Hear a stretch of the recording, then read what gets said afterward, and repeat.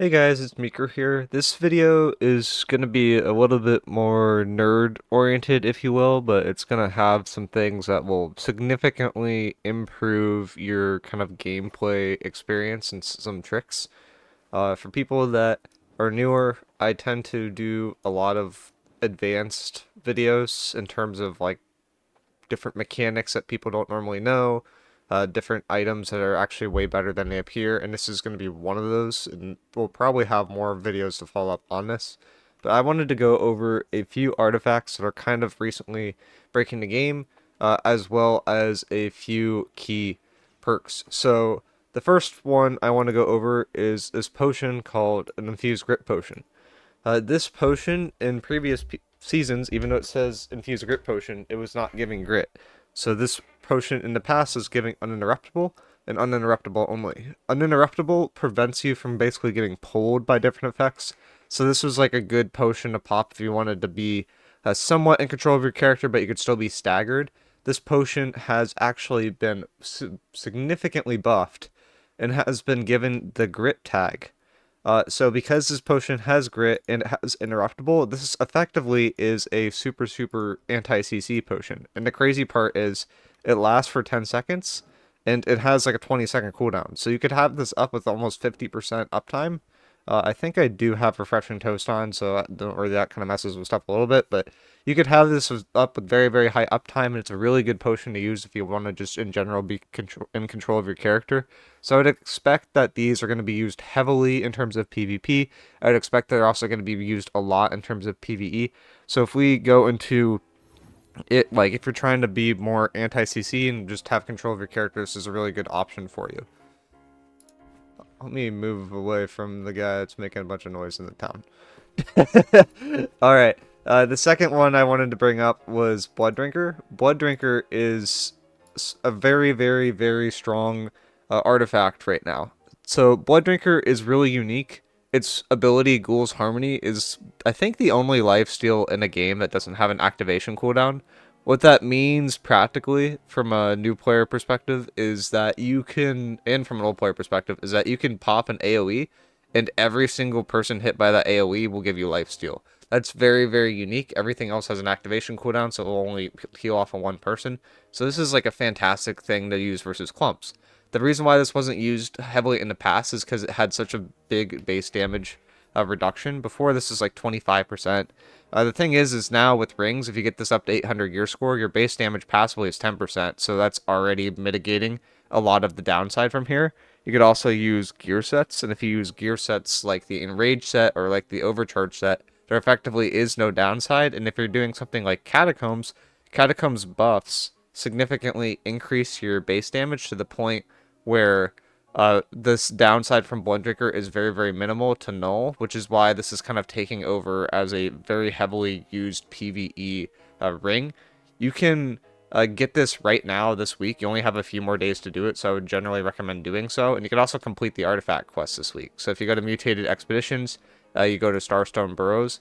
This is where it drops from, so I would just recommend doing this and trying to pick up this artifact while you can, because it seems like it's actually extremely strong and people are using it a lot, and people will likely continue to use it even more. The other thing I wanted to bring up is more gear oriented. Uh, well, I guess I have one more trick. So a lot of the new perks got added to the game, and they have this tag called Unequip. There's been some misinformation about offensive perks too. It seems like the offensive perks generally have the Unequip tag as well. And what the Unequip tag effectively means is while you have the perk equipped, it will be used on both weapons. That is different than the on-sheath effect, and it's different than the on-active effect, which sometimes is a conditioning event that's listed in New World Buddy. If you have the on-sheath or on-active effect, that effectively means that you can only use it while the weapon that you have equipped is out. So there's a lot of key artifacts that are secretly really good this season because they got some changes to the on effect, they got some buffs because they got the on equip tag added. What is the main one that's worth pointing out from a PvE perspective? This Snide Remarks passive, this got the on equip tag, so you could have Wit on your back bar and you will still get the damage reduction from doing light attacks, which makes it incredibly strong.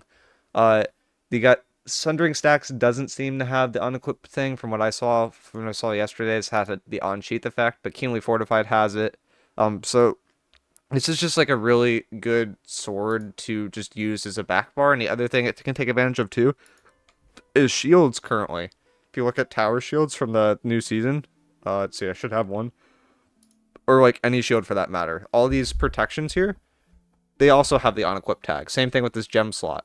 Shield defense I need to probably look up, but all of these effectively can be used while on your back bar. So one thing that's like really, really strong from a tank perspective is if you just use a back bar with a tower shield and wit, then you can effectively just go into dungeons, use your main hand all the time, and you're just kind of chilling. So people were thinking about using this, or I was talking to Schmeck yesterday after stream, and he was thinking about using it with the greatsword. Makes a lot of sense. Just the one thing to know for the wit passive, it only procs off of light attacks. So and greatsword likes to do a lot of heavy attacks, so you need to figure out a way to kind of squeeze in some lights. But it seems like something that's just like generally very, very strong. Noteworthy, if you are the tank, you're going to be taunting a lot, so you probably don't want to run wit, but maybe you can get away with it if you run like wit, you don't put in a taunt gem, and you like put in like beloved or something like that, like maybe you can get away with it, so you just take less damage overall, but that's kind of yet to be explored. Um, Lastly, the thing I want to talk about is like in terms of like gear and what generally be considered to be PvE best. I think it's actually very different than the way that people are building up stuff right now. So in terms of what people are doing right now in terms of drops, they're generally looking for fixed perks. Fixed perks are incredibly strong, especially in PvP because like prolonged favor, stricken fortification are just like really really good value perks.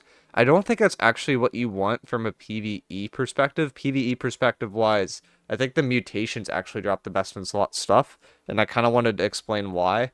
So if you look up any gear piece, you'll see that there's a bunch of variants, and it's like really, really confusing, and they all have like slightly different perk buckets. The ones that have the most flexible slots, so this one has like 3 slots, for example, because you see the top 3 don't change here, and then the last 2 are fixed.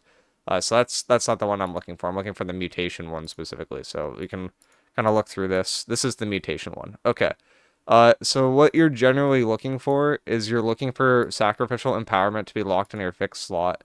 You're looking for a gem slot to be locked, and then you're looking at an offensive slot to be locked, which is not showing up right.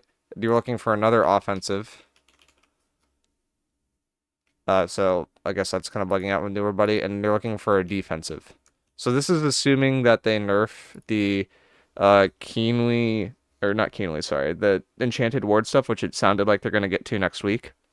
But what you're generally going to be looking at for gear is on this first slot, the defensive slot, you'll want enchanted ward 2. On your next slot, you're going to want vicious 2. So this will increase your damage while backstabbing. If you're the tank, this doesn't really matter, but if you're a DPS player, you're basically all the time going to be backstabbing your opponent, and you're going to be critting. So this is just basically just a damage boost, right? So like I would view this as like a 3% damage boost. You could stack it up to 5 times, so it's a 50% damage boost. The other thing that works very similarly to that is Rogue. So Rogue is a 3.6% damage boost. So if you use Rogue and Vicious, you effectively do 30% more damage, which is basically the difference between playing heavy and playing light, but just with perk charms. So that seems incredibly strong to me, and it seems like it will likely be used a lot in terms of PvE. PvP, if you wanted to like backstab and try to one-shot somebody, like this would be like something else that you can do, and you might want to also have pen backstab on there. But the main thing that's noteworthy here is this is like only possible if you use a gear slot that has 4 perks. The other thing that someone in my chat said, which I haven't verified, is there's a possibility you can get a setup like this if you go to the crafting vendor and you force rolls where you lock in the gem slot. That's something I haven't verified, but might be noteworthy, might be worth checking out. Someone could comment if that exists or not. That would be a good tip as well. Otherwise, it's like M1s, I think M2s and M3s are the only way to get this gear, and I think this is generally going to be considered to be a PvE best in slot. There is another alternative where you could use the Overcharge set, or you could use the Enrage set. I think the Enrage 1 of set is generally pretty good in PvE. Sacrificial Empowerment, by the way, I kind of skipped over this, but Sacrificial Empowerment is really good from a PvE perspective because in PvE, generally speaking, you're full HP or you're dead. There's not much in between. And the downside from this perk only triggers when you're below half HP. So there's not effectively a huge downside from a PvE perspective, and you pick up a 1.5% base damage increase. So it's not as big as like the Vicious and as the Rogue, but it's still significant, and it's a way to just increase your damage further. Enchanted Ward should help keep yourself alive, and it's generally going to be the best perk for doing that. The alternative in terms of gearing, instead of going for this route, is if you really like the Catacombs, you could just go to the Catacombs and pick up the, not the an elementally charged set, but if you get the Overcharge set, it has a pretty good bonus that could be used in PvE. So if I look up the Overcharge set and like, I don't know, let's just look at the helmet. Like, what does this drop? Like, it drops gear that has Sacrificial Empowerment, has a defensive slot, has Shirking 4, and then it has the set bonus. The set bonus is the main thing that is really interesting here. So hitting an enemy within 5 meters or killing an enemy grants an Overcharge stack with a 5-second cooldown. Each stack increases your base damage by 5% and affliction resilience by 10%. You're also inflicted with a 4% rend per stack. Getting hit removes all the stacks. So it's basically if you don't get hit, you get a giant DPS boost, but you need to be hitting people within close quarters. So in PvE, this seems like it has a smaller downside than the Enraged set and is relatively obtainable. So this is something that you might want to consider to like try to get on your gear. The noteworthy thing also is like even if I look at light, it just has Sacrificial Empowerment and Divine locked, right? Divine is a defensive slot, so you can switch this out for Enchanted Ward. So this is just generally going to be really, really good gear for PvE. I would be a little bit worried about the chest. I still think the best chest in the game isn't actually from the Overcharge set. It's from the Elementally Charged set, and it's the one I currently have on my heavy gear, because this just gives like flat ABS towards elemental attacks, so that's probably the best in slot one for that, but you can still pick up something else, right? Like from this set, like it's not just heavy weapons. There's also jewelry with this. Let's see if any of these are good. Enchanted attacks is okay. Purging Affliction. I mean, you probably don't want a ring anyway because there's better ones. Amulet's pretty bad because you really want the multitude, like, amulets, or like the ones with multiple protections on them, but I guess you could run that. The earring, uh, the problem here is you're not gonna get the locked perks most likely, so that kind of, oh, I guess you can RNG one block locked perk, and you have refreshment, which is okay, but the skill slot's pretty bad. I guess you could do a weapon.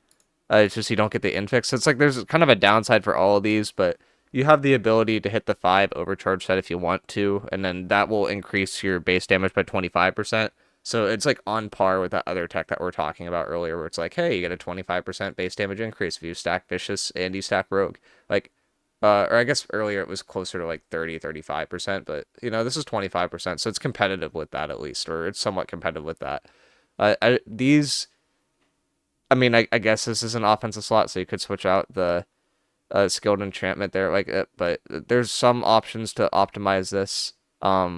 It's just like I don't think this is quite as good as going the Vicious and Rogue stacking, but it's still very, very decent. But anyways, that's kind of a news roundup or kind of gear roundup in terms of what's been kind of secretly good.